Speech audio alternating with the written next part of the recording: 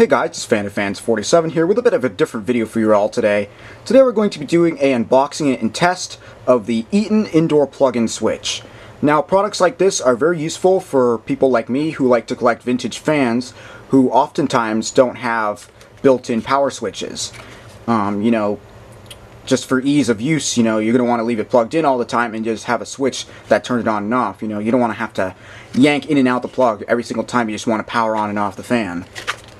So I picked this up in my local hardware store for around 10 bucks, and we're going to go ahead and unbox it, and we're going to hook it up to one of my vintage fans and see if it does the job. So let's get right to unpacking this. See, it's just a typical package here. It looks like it's got like a tab around the plug itself.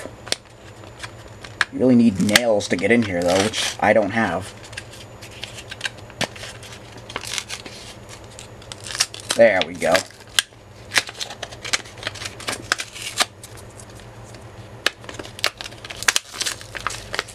Alright, here it is, guys. This is the individual outlet switch. Basically a little surge protector, but only one outlet.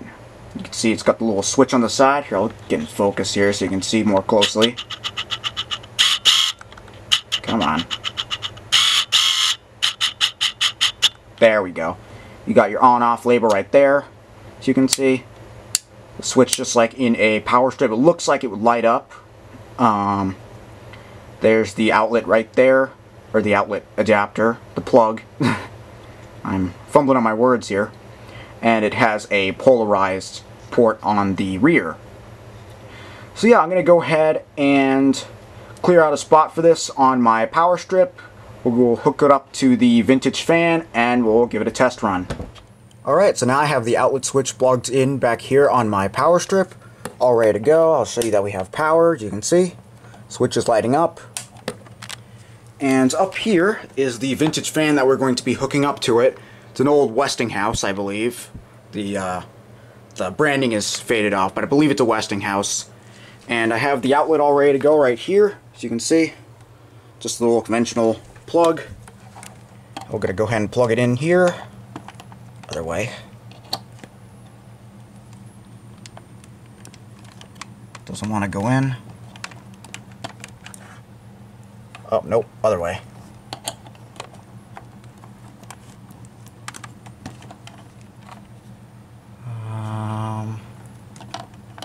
I don't know why this thing doesn't want to go in. There we go. It was just stiff. Alright, let's go ahead and turn on the switch and see what happens. There we go. Now no need to unplug and replug in your vintage fan every time you turn it on. Thanks to this bad boy right here.